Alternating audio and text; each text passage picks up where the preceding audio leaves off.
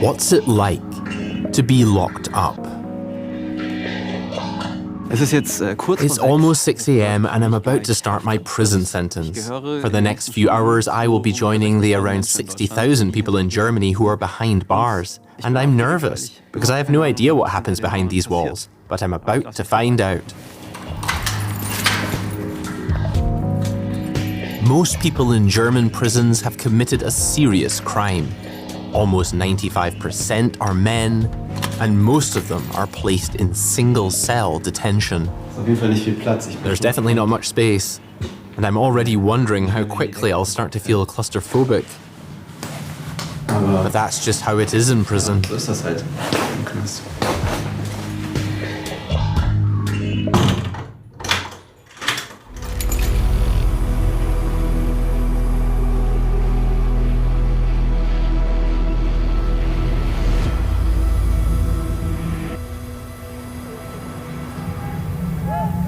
What does prison do to people?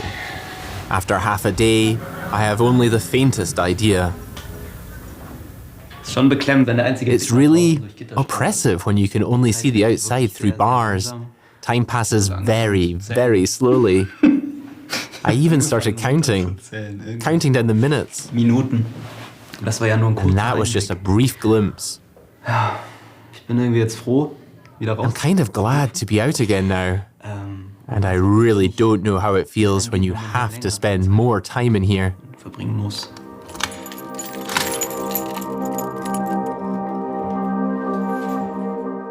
Why do we need prisons like this at all? They are mainly meant to rehabilitate, so that people can cope outside and ideally not commit crimes again. Around 60,000 people are behind bars in Germany. Currently, the recidivism rate for released offenders after 3 years is 55%. And after 9 years, it is up at 63%. This means that more than half of all prisoners reoffend. If the recidivism rate is that high, we might well ask whether prisons are useful or ultimately even counterproductive. To investigate, I travel to Saxony, to the Zeitheim prison near the town of Riesa. I meet Manuel, who spent more than 6 years incarcerated there. How did it all start for you? What was it? Did you steal something? No. Assault. Why? Why? Well, I grew up in a place where, because of my skin color, I was a bit polarizing, you know? And then, of course, one thing led to another. I didn't always have an easy time in my youth. But as I got older, at some point the justice system said, hey, okay, stop. And that led to the prison sentence. What was it for? Economic fraud, robbery, and assault. It's not something I would say is cool or anything like that. Definitely not. But it's just something that happened in my life.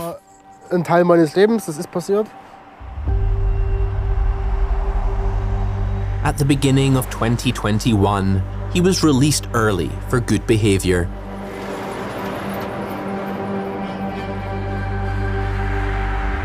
Manuel, when you're here now, how does it feel to be standing in front of this prison? It's okay. Yeah? You're not wanting to feel emotions? Emotionen so? No. Okay. What do you think?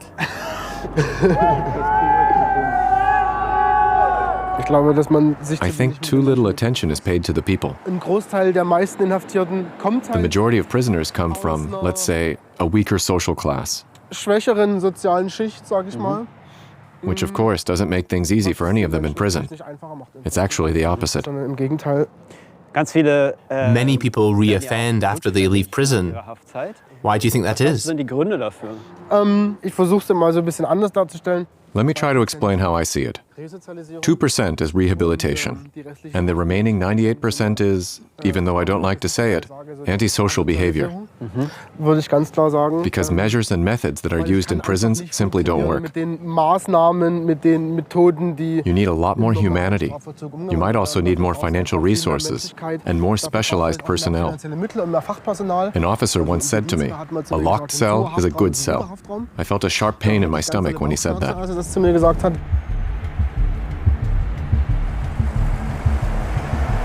Lawyer Thomas Galli was in charge of the prison when Manuel was there. He was also critical of the conditions. He resigned before Manuel was released. Today he legally represents prisoners. Galli went from being a prison director to an opponent of prisons. I ask him what is going wrong in the prison system. Hallo, Herr Seibert. Herzlich willkommen. Schön, dass Sie sich die Zeit nehmen. Lassen Sie die Schuhe gerne an. Genau, kommen Sie rein. Mr. Galli, you worked in prisons for a long time. What surprised you the most? Überrascht hat mich schon, dass es eben nicht. I was surprised by the things that don't work, at least not in the way they're supposed to. Kriminalität hängt zusammen mit der Sozialisierung. We know that crime is linked to how people are socialized. Most offenders have a socialization deficit, and we have to try to make up for that in the prison system.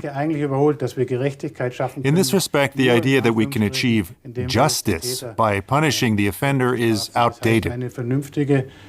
A reasonable punishment would take much more account of the bigger picture, like childhood, teenage years, etc. In der Kindheit, in der Jugend und so weiter. But that would also mean distancing oneself from the ancient feeling of wanting revenge. Das ist es, genau. That's exactly right. That's still the case, and in my view, that's the crux of the matter. That it's still far too strong, and that it gets in the way of dealing with crime in a more reasonable manner. Umgang mit Kriminalität ginge. Taking a look at the prison system, how would you assess it overall? Insgesamt beurteilen. Diese geschlossene Anstalt. These closed institutions for hundreds of people housed together in a confined space for months or even years, where a parallel culture is created or fostered, should be abolished. I would say that at least 90% of those currently incarcerated could be released, or rather, using measures outside these prisons would make more sense for them. For example, the people could undergo a variety of treatment programs with electronic ankle monitors and such. We need to develop alternative approaches. But in this area, I'd like to emphasize that prisons should be abolished. But not for all offenders, right? We need protection from very dangerous people who must be deprived of their freedom, if necessary, for the rest of their lives. But there are really only very, very few of them, and we don't need such large institutions. In Germany, there are over 170 prisons with around 60,000 inmates. Those who break the law must pay the price. Incarceration has been clearly regulated by law since the late 19th century and remains one of the main means of punishment to this day. I wonder if we can or should get rid of that. I'm meeting René Müller here at Billwerder Prison near Hamburg. He is the union leader for prison staff and has worked in prisons himself for 20 years. I'm curious to hear his take. For a long time, I've been looking for someone who knows the system well and is willing to talk to me about this topic. Many prison staff are camera shy. René Müller is the only one who agrees to talk with me in a prison. Hallo. Hallo, Herr Seibert. Grüße Sie. Für mich ein ungewöhnlicher Ort für ein Gespräch, aber Sie sind wahrscheinlich noch häufiger in Gefängnissen unterwegs. Fast täglich, also ich kenne das. I've been speaking to people who question whether prison sentences are necessary at all, at least for the majority of inmates. What are your thoughts on releasing people? Well, they all have to be released at some point. But if you ask me if there is an alternative to incarceration, I have to say that we have fundamentally three pillars of justice to fulfill for society. The first is to protect the general public from further crimes. How can that be done if there is no incarceration? The second is rehabilitation. And we mustn't forget the third pillar. The state must ensure that there is a certain degree of justice. And if there were no prisons, if there were no deprivation of liberty, then I believe that the state would no longer be able to exercise the law. And we'd very quickly fall back into anarchy, where survival of the fittest would prevail. These are all arguments that theoretically speak for prisons. However, when half of all prisoners reoffend, the question remains, what is not working? During my research, I found that there are very few scientists in Germany who study prisons. I traveled to Berlin. Here at the Max Planck Institute, in cooperation with the universities of Duisburg, Essen and Hamburg, a research project is underway to find out what incarceration does to the brain. You are now going to start a new round. Your score has been reset to 100 points. Marvin is one of 150 test subjects participating in the study. I have arranged to meet him and the psychologist Susanne Bründel in the test lab. Hey. What are you doing here? We're playing games. Spiele. Reaktions. It tests your reactions. Test ist das jetzt. Reaktionstest? Ja, ich habe jetzt wegen dir verloren. The test is designed to show how fast Marvin's brain works. He spent more than 5 years behind bars. He's been out for 6 months now. Ich habe mit 13 angefangen zu kiffen. I started smoking weed when I was 13. Dann habe ich mit 18 Jahren. And then when I was 18, I met someone. Or rather, I met the wrong people and somehow got into dealing. Reingeschlittert und And then I got 4.5 years for armed drug trafficking because I had knives and pellet guns and stuff like that at home. Und so, wenn wir zu Hause noch waren.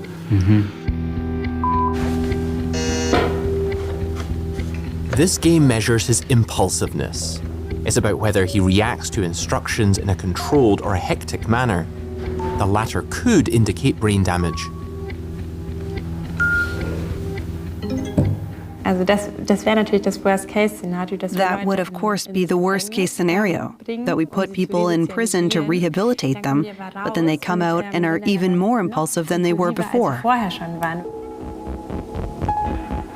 To investigate this more closely, Marvin undergoes an MRI scan. His brain was first scanned while he was in prison. Now, a year later, it's time for a follow-up. All other test subjects will go through the same procedure, be they still in prison or already released. The MRI measures different areas of their brains. Neuroscientist Simone Kuhn and psychiatrist Johannes Fuss want to find out how brains change during incarceration and after release. They are particularly interested in 3 regions of the brain.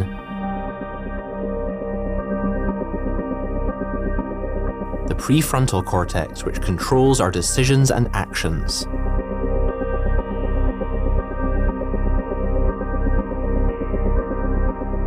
The hippocampus, which is responsible for our memory and orientation. And the amygdala, where emotions such as fear, joy, and anger are controlled and processed.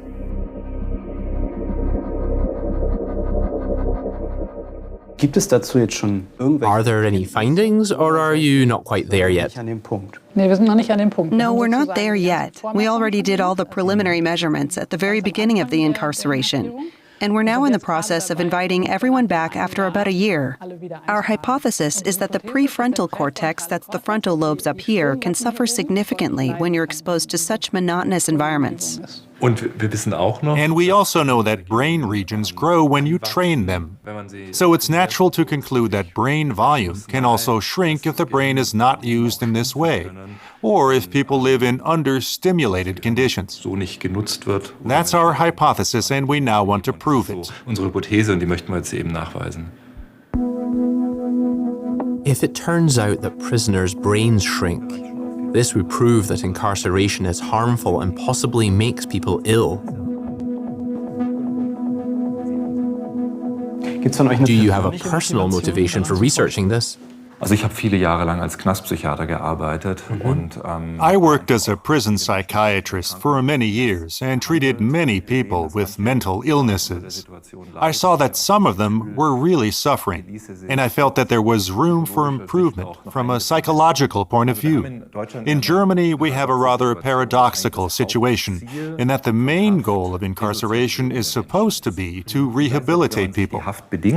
But if you look at the conditions in prisons, they're not exactly the best for rehabilitation.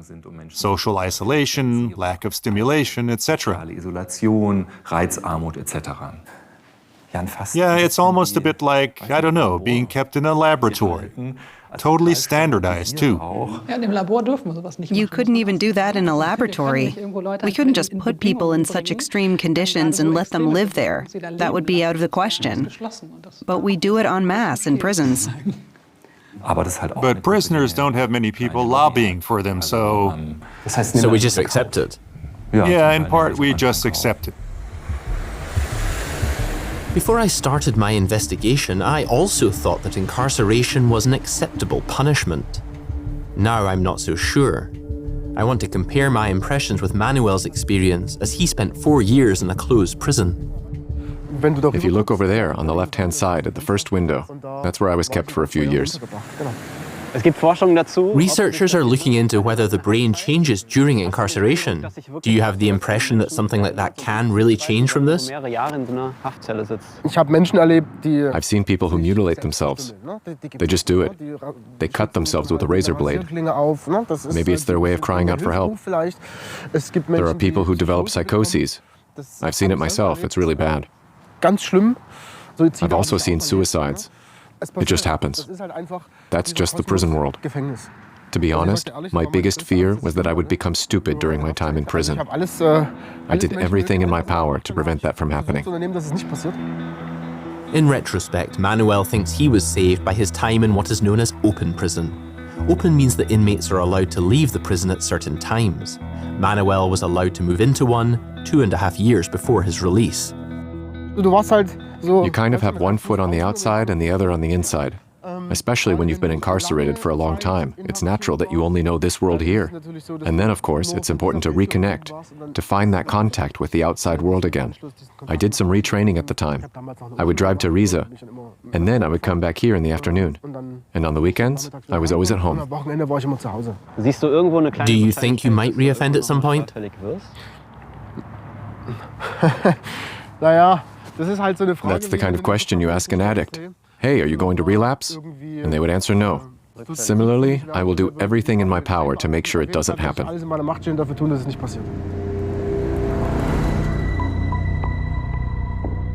Is a crime-free life after release related to the type of incarceration? Researchers at the Criminological Research Institute of Lower Saxony compared over several years the recidivism rates of prisoners in closed prisons with those in open prisons.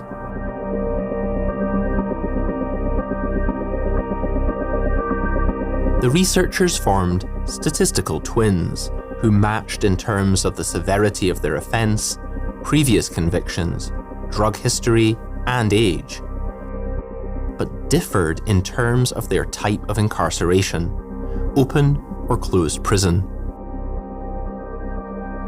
Over a period of 3 to 5 years, the researchers compared their recidivism rates after release. The result? The risk of being reincarcerated is 43% lower after being in an open prison. This means that just under half as many reoffend after release. That's a big difference. I want to talk to Thomas Galli about this.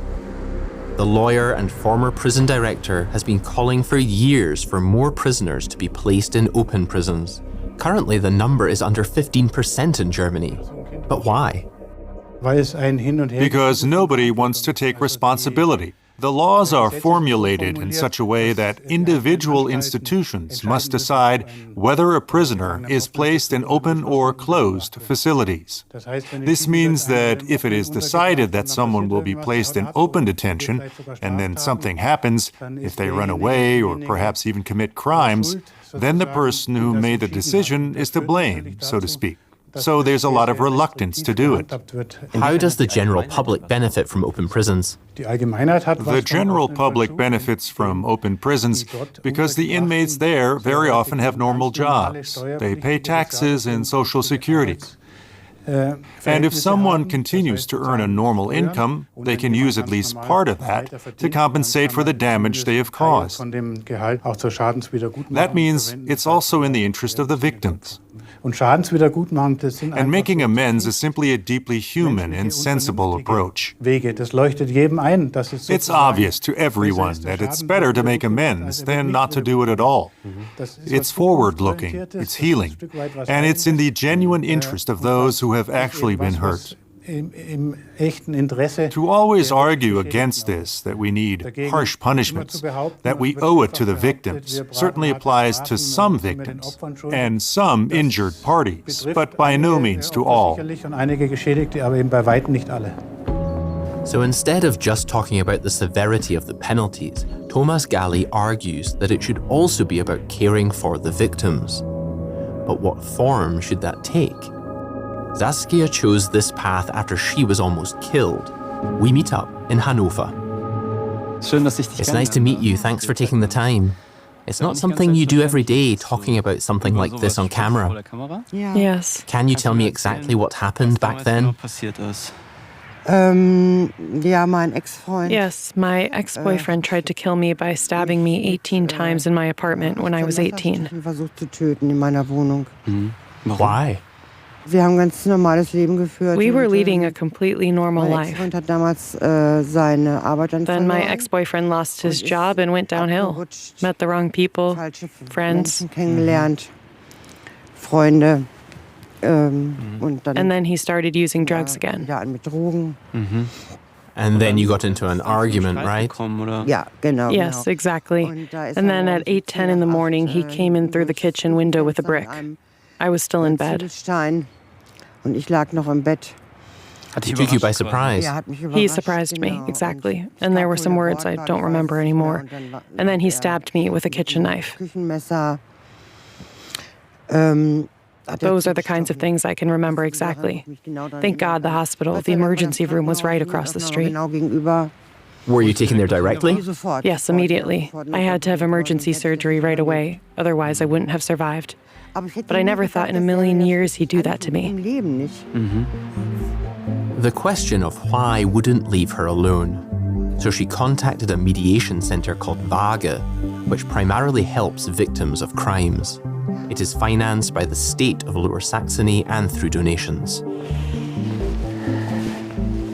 Hallo. Hallo. Hallo, Frau Petzold. Hallo, Saskia.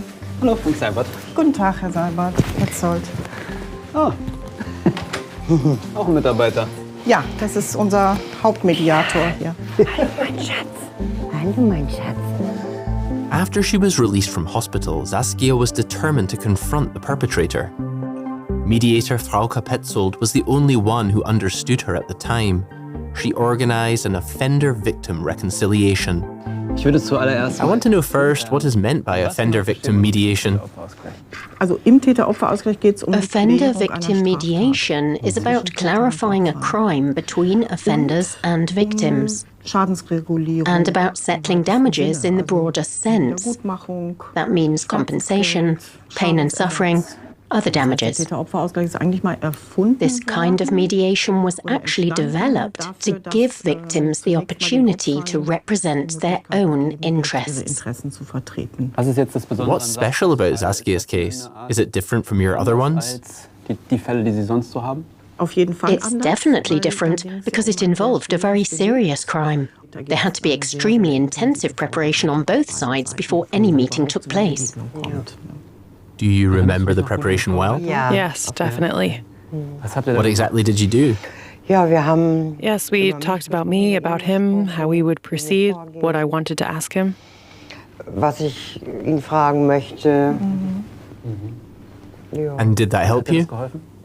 Yes. What could such reconciliation look like? In Saskia's case, there isn't really that much left to reconcile, except perhaps an apology or an explanation. Exactly. I think that's why it's so important to me. In such difficult cases, it's really hard to make amends. But maybe I can say that there has been some reparation. But sometimes it's more of a symbolic gesture. What could that be? Well, it could be a sum of money. What helped you in the conversations with your ex-boyfriend? What ultimately helped you to be able to move on? Yes, that we don't hate each other. I don't remember exactly. I don't know. May I help you? Please do. Well, you had the impression that somehow he didn't do it intentionally. Not on purpose, but that somehow, because of his... Through drugs, medication, everything. That's right. That's how it came about. That was your concern. I had the feeling that you assumed he wasn't really himself. Yes, exactly. As I recall, that's what you wanted to clarify with him. I also thought that was a very powerful moment in your conversation.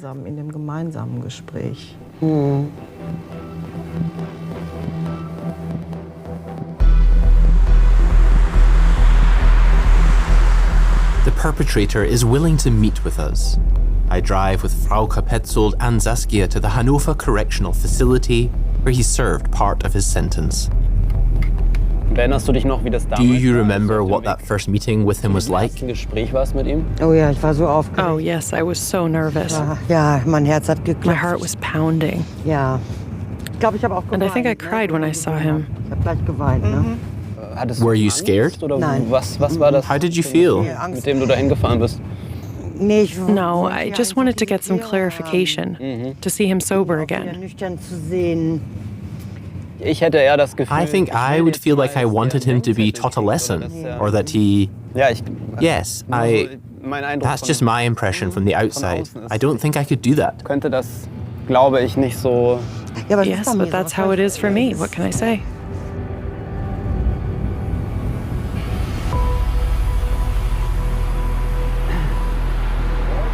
Hallo.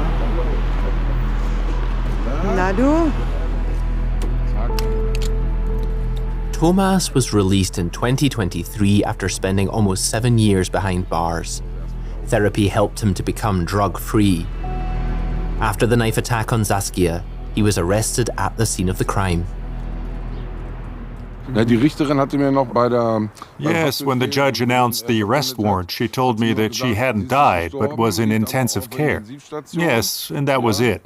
I didn't really realize at the time what I had done.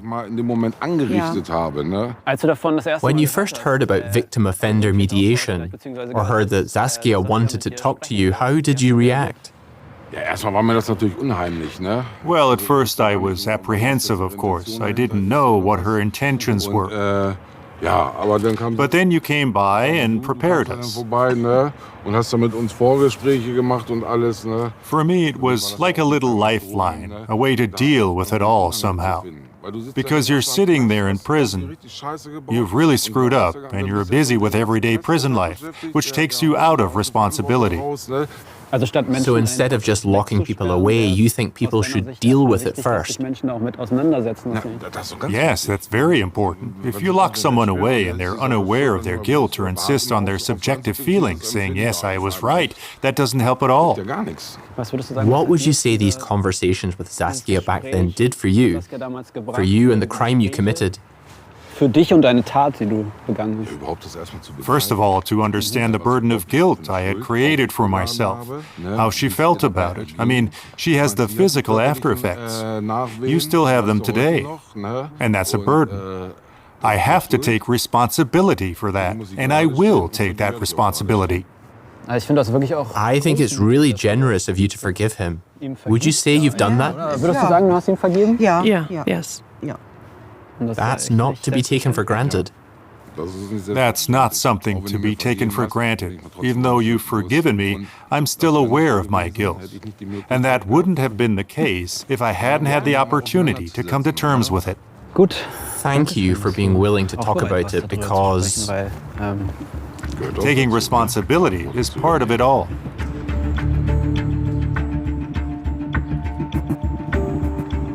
taking responsibility. If that is to happen in prison, what should detention conditions look like? Researchers have been looking into this at the Free University of Berlin since 2022. Kirsten Drenk-Hahn is a professor of criminal law and investigates living conditions in prisons. After many interviews, I'm asking myself a fundamental question. How harsh can or should prison really be? I tend to have a slightly reluctant feeling inside that when someone has done something wrong, why should we be making sure that they are treated well? Yes, I think a lot of people have this idea that the prison system is somehow too lenient or too well equipped or something, and that it's not a punishment. But you have to realize that incarceration is not meant to be designed to treat people badly, but rather to deprive them of freedom of movement. It is truly a bad experience to be imprisoned. Kirsten is going to show me her study. She and her team are investigating how the treatment of prisoners by prison staff affects their incarceration. This is a space where people live together in incredibly close quarters. Similarly, living together with people outside only functions by connecting with others. And one of the topics we're looking at in our project is, of course, rehabilitation. Does it actually happen? What might hinder it? What if it doesn't happen? What are the conclusions of this study? It's about attitude. It's not that the staff don't believe in rehabilitation as a goal, but perhaps it's not yet clear to everyone what it takes to achieve it. For example, talking to people with respect, giving them a space, having ideas, but at the same time bringing them back down to earth without being too hard on them. But the goal is for research to lead to change? Yes, but it's also clear that the things which come out of a project like this are not easy to change. Unless politicians and the judiciary dare to introduce radical reform, which is exactly what happened in Norway. In the past, recidivism rates here were even higher than in Germany, so the government decided to implement reforms in the 1990s. I want to know exactly what has changed and travel to Narbu in the southwest of the country. This is one of Norway's largest men's prisons, with capacity for 150 prisoners. I'm meeting Are Heidal, a lawyer who played a key role in the reform of the Norwegian prison system.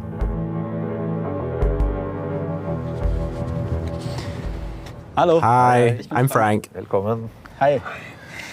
You used to work in prisons, right? I spent my entire professional life in prisons. When I started in the early 80s, it was extreme. We had so many problems. There was a lot of unrest. It was just detention. The recidivism rate among prisoners was over 70%.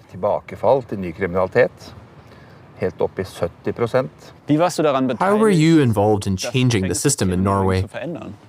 There are so many opportunities for change in a prison. Get the inmates to think. Send them to school. Give them meaningful work. Keep them busy. Treat them kindly. We have liaison officers. They're like mentors for the prisoners. I want to see how this works in practice. Åna prison was one of the first in Norway to be reformed. Velkommen. Velkommen til Åna fengsel. Velkommen til Åna fengsel. Frank, hei. Leif Magne. Veldig hyggelig. Takk for at du inviterte oss. Du bist direktor. Ja. Leif Magne shows me his prison. At first glance, it looks like any other prison. But then I realize it's different. The cells are only for sleeping. The prisoners cook and eat in the living area together with the staff.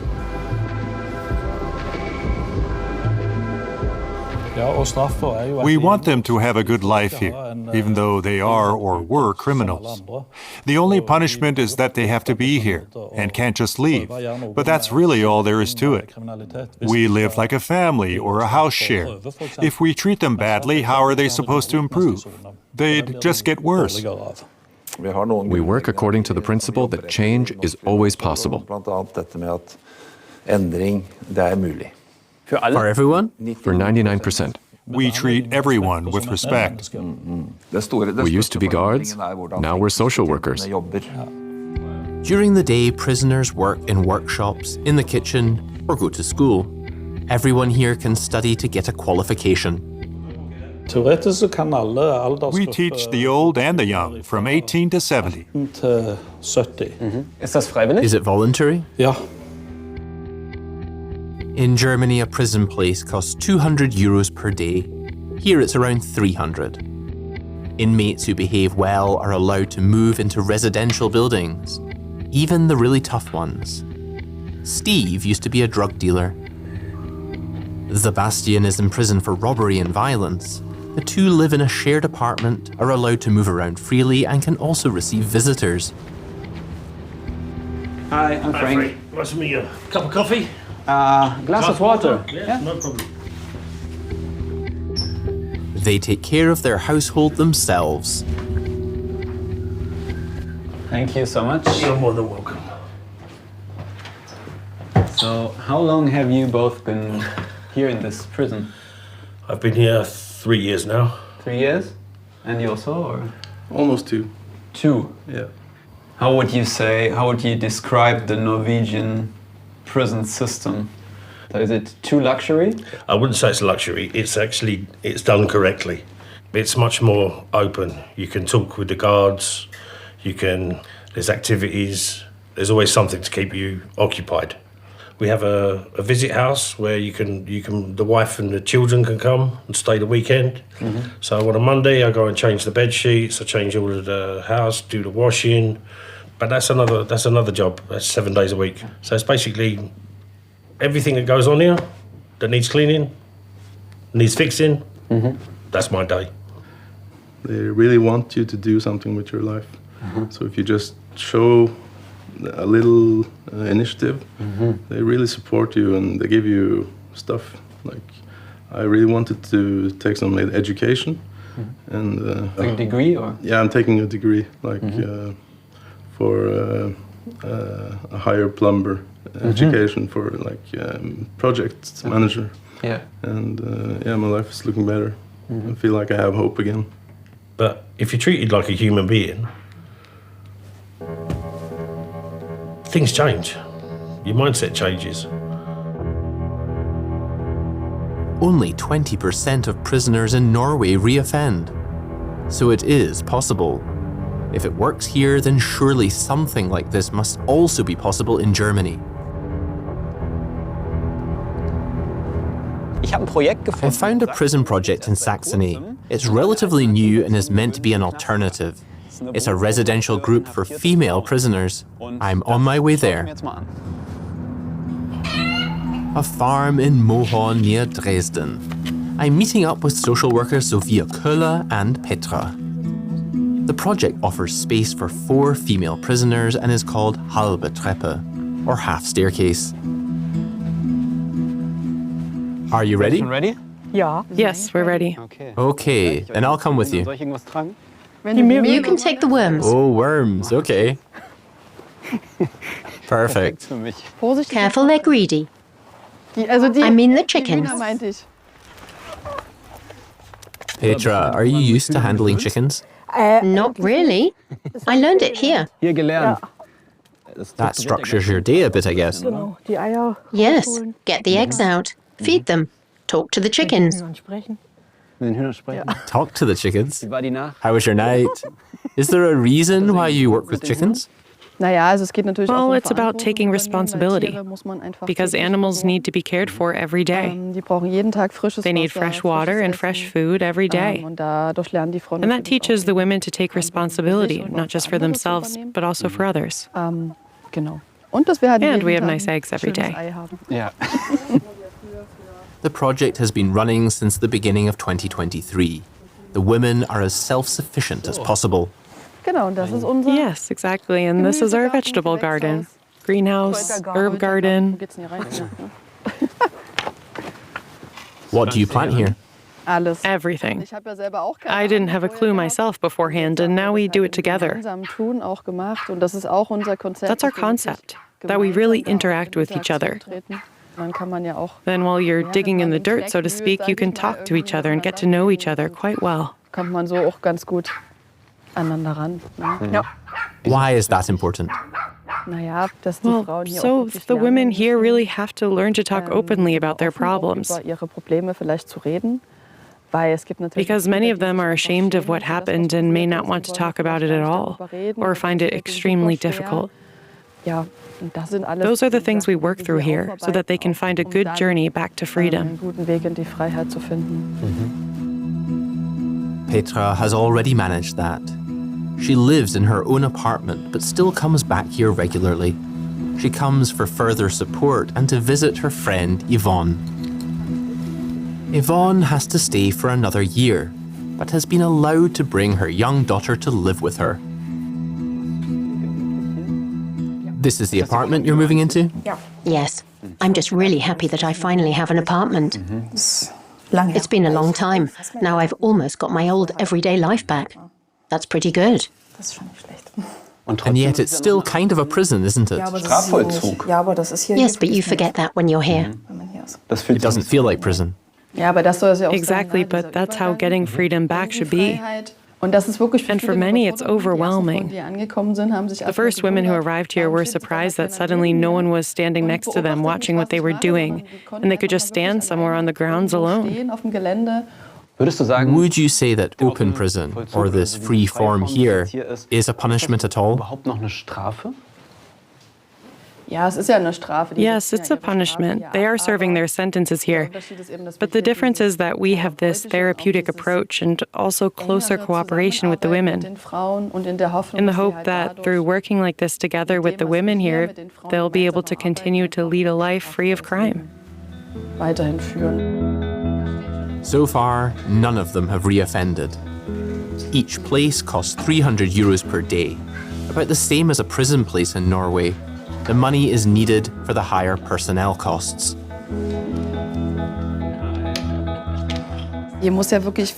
Someone really has to be here 24/7, even on weekends. It's precisely this intensity, it's really almost one-on-one. And if you compare that to a closed facility where you have 50 people in one block and one social services department is responsible for them, they can't possibly manage to process the crime or really prepare them well for the transition from a closed facility to freedom.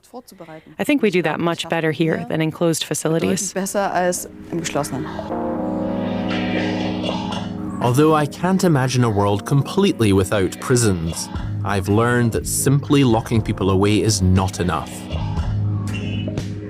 From my experiences and conversations over the last few days, I've learned that prisons often do not deliver what we as a society want or hope for. We don't just want to lock people away, we want them to stop committing crimes after serving their sentences and to reintegrate into society. But that can only really happen if we strengthen existing structures and perhaps reform others, or start thinking in completely new ways. The big question I ask myself is, how can we get offenders to take responsibility for their actions and show remorse? I am firmly convinced that this is the key to preventing people from reoffending.